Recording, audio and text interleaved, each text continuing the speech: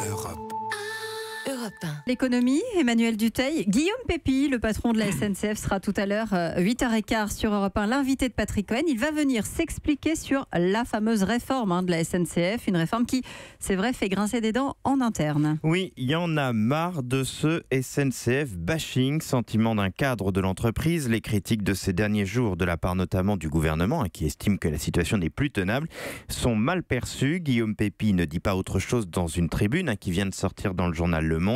Dire des cheminots qu'ils sont des privilégiés, c'est non seulement une énorme bêtise, mais c'est être aussi profondément injuste envers eux. Depuis quelques semaines, on a l'impression que tout ce que l'on fait, c'est du grand n'importe quoi, ajoute un autre cadre. Surtout que Guillaume Pépi le reconnaissait lui-même il y a quelques mois en petit comité.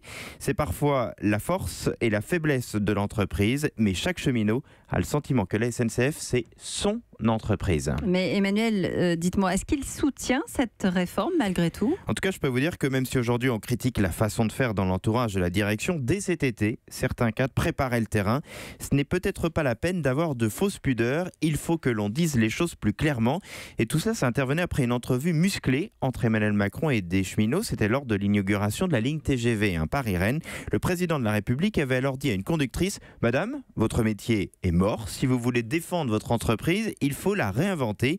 Il a été beaucoup plus cru que nous sur la fin des métiers, mais c'est ce qu'il faut dire, reconnaissait à l'époque un autre cadre. On se préparait donc bien avant le rapport Spinetta à une réforme d'ampleur à la SNCF. Mais dites-moi Emmanuel, en quoi cette réforme va véritablement changer les choses ? Eh bien, le but de cette réforme, si on grossit beaucoup le trait, c'est de rendre plus fluide l'organisation et de préparer l'entreprise à la concurrence. Sur le côté plus fluide, la fin par exemple du statut de cheminot pour les nouveaux entrants devrait permettre d'intégrer plus de polyvalence dans l'entreprise. Si vous êtes embauché aujourd'hui pour un métier, vous restez sur ce métier, même si ce métier est moins utile aujourd'hui dans l'entreprise. C'est une des clés de cette réforme, notamment pour maintenir l'activité dans les petites gares, parce que là, il faut que les agents puissent faire plusieurs métiers, guichets, contrôle des voies, etc., etc.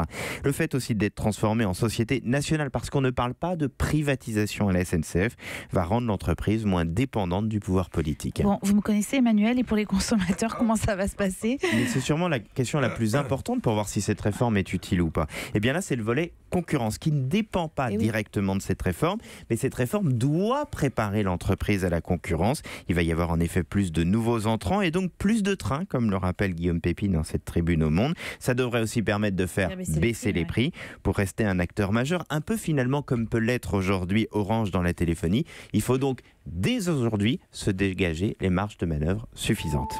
Europe 1.